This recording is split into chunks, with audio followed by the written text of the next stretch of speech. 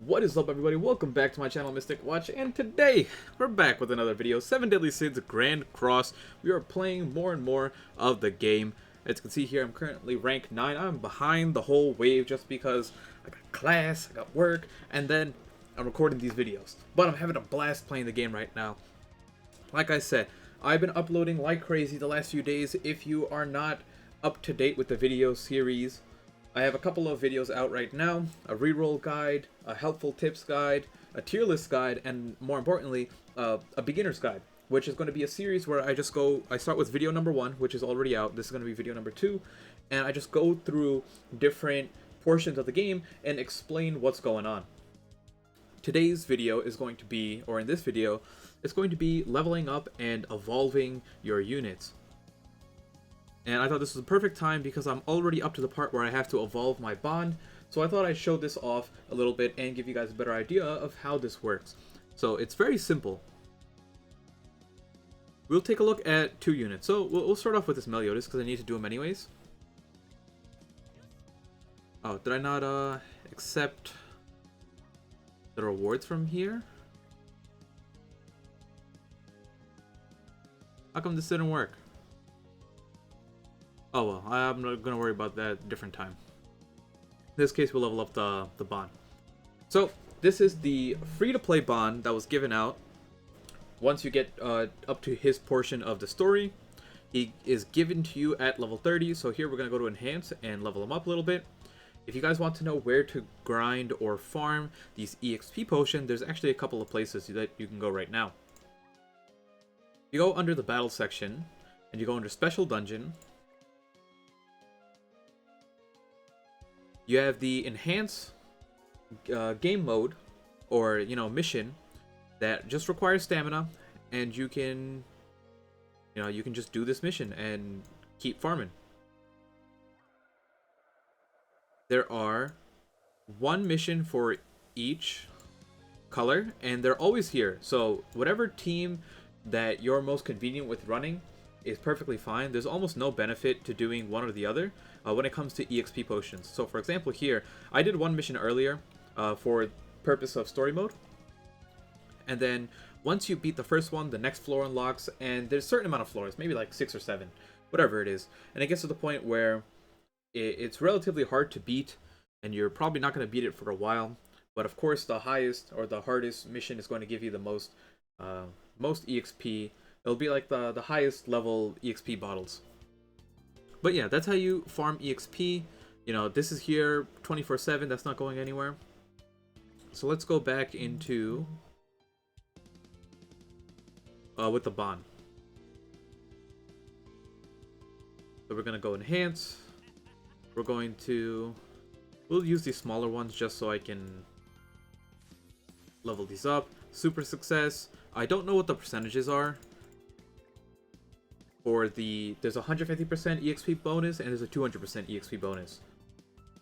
And then there are events, like on JP they had events where you're like always guaranteed like at least 150% bonus. But they don't come super frequently, so you shouldn't worry about it. Now once you have a character to max level, that is when you're allowed to evolve them. You can see here I have the little exclamation points, and then this is what it requires to awaken something to the next rarity. It requires X amount of pendants. Now, the pendants you get are specifically for the rarity at which you pull the unit at. So it's going to take 3 SR pendants to awaken this bond to SSR. But it's not like when you want to awaken the bond to UR, it's going to take SSR pendants. It's going to still take the SR pendants. Those never change. No matter, what rarity the unit ends up, the pendants are always based on their original rarity. So you can take a rare unit, for example. You can take a rare unit and evolve him, and he's going to take these rare, evolution pendants.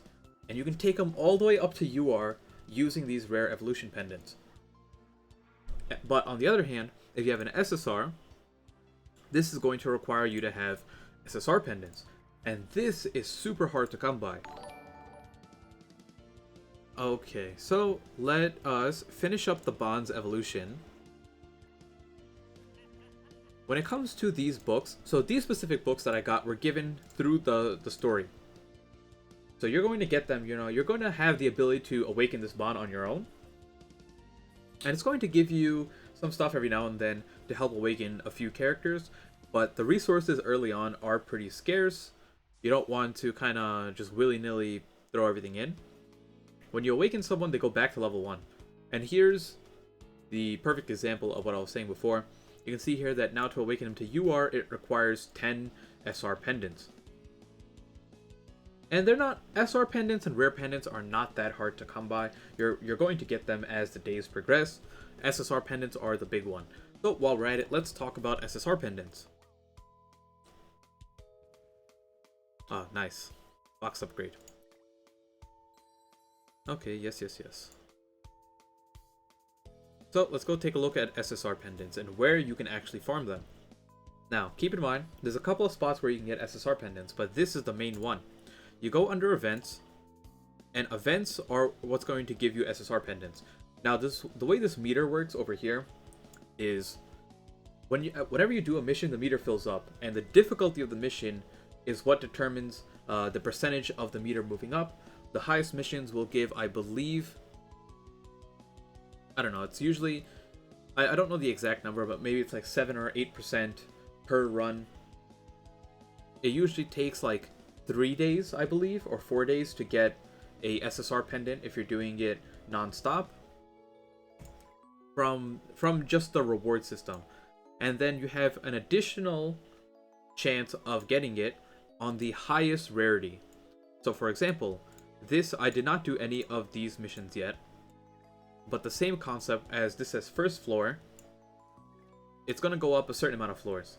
And you can take a look at the rewards here. Once you get to the highest floor, the first bonus, you see here how you get a reward for beating this right now. That initial bonus for the highest one will be an SSR pendant. So you're going to be able to get one from each of these categories. And the way this works is these missions give whatever the title says, plus a chance at pendants. So for example, here, if we're going under the gold event, we're going to get SSR pendants, but we're also going to get a chance at chests. Or if you go down here, it's going to be books instead. And then of course, over here, it's going to be EXP potions. Now, the only one you ever want to do is this one for gold. Because gold is the only thing that you cannot permanently farm. So this is how you want to use whenever you have your orbs, and the orbs refill on an 8-hour cycle, I'm pretty sure. So it's 1 orb per 8 hours. Use your orb specifically on the gold section, and you want to beat the highest one you can. So ideally, you use 1 or 2 now, but if you plan on, you want to do this last because you want to level up your characters as much as possible. That way you can beat a harder mission, because these are, you don't get to do these that often. You get 3 a day, 3 runs a day. But that's really it when it comes to farming these. Well, let me show you the other locations, right? And as I mentioned before, you get 3, 1 for beating the highest floor on each of these sections. But after you beat them all once, you want to farm the middle one only, the gold one. On the highest rarity, you have a 2% chance of getting the SSR pendant as a drop. But the main way you're going to get it is through completing this bar up here. So realize that it's pretty scarce to come by. It's not, it takes a while to get these SSR pendants. Now, where else do you get SSR pendants? Well, you're going to get a lot through story mode, and I can kind of show you guys right here, where if we go over to quests, and we go over to, I don't believe chapter 1 has any, and these are missions that I have not completed yet. Let's see. No, it doesn't look like it. But if I go down to, for example, chapter 5, you can see here that mission 43 is going to give me 1, and you're going to get more, like, they'll be kind of spread out throughout the chapters. You'll get probably like a total of 5 from story mode. I'm sure someone can go through and count them all up. Yeah, it's not that many, but you get a couple from story mode. You also get, it might not be out right now, but there are events in this game. And events also give Oh, what's this? What's this? I don't know what that is. Okay. But events also give SSR pendants.